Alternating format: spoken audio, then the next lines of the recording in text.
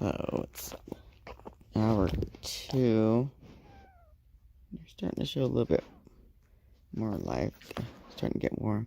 But my dog is freaking out. He's like, what's going on? He's all shaking the bed. Got anxiety over babies. What is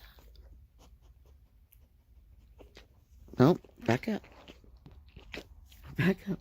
You're too close. Too close.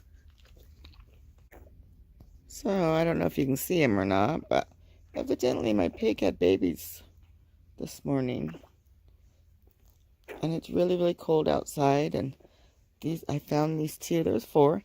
And I found these 2. They're just frozen half to death. So, what else do you do with them? You stick them underneath your boobs and hope for the best. Come on, piggies.